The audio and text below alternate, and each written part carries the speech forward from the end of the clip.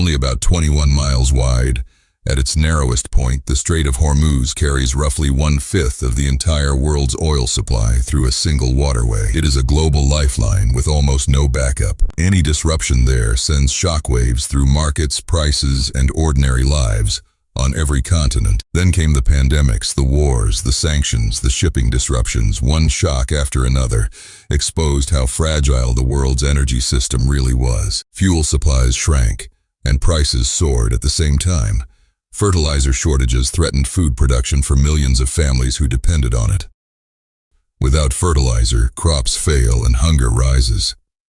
A shortage on one side of the planet was suddenly a food crisis on the other side of the world. Pandemics, wars, sanctions, shipping disruptions.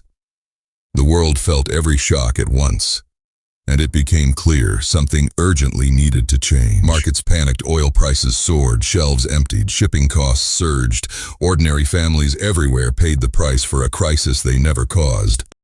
The world needed more stable sources of supply, more refining capacity spread across more regions. This is where the Dangote Refinery made the difference.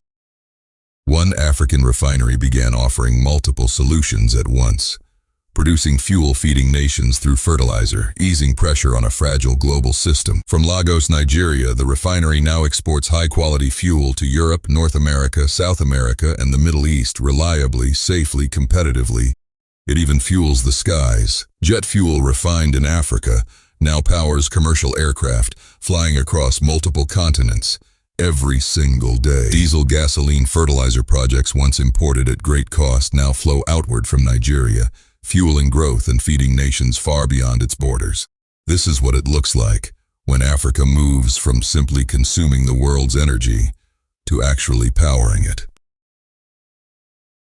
A new era of industrialization had begun, not built for today alone, but for tomorrow, and a continent finally producing instead of merely extracting.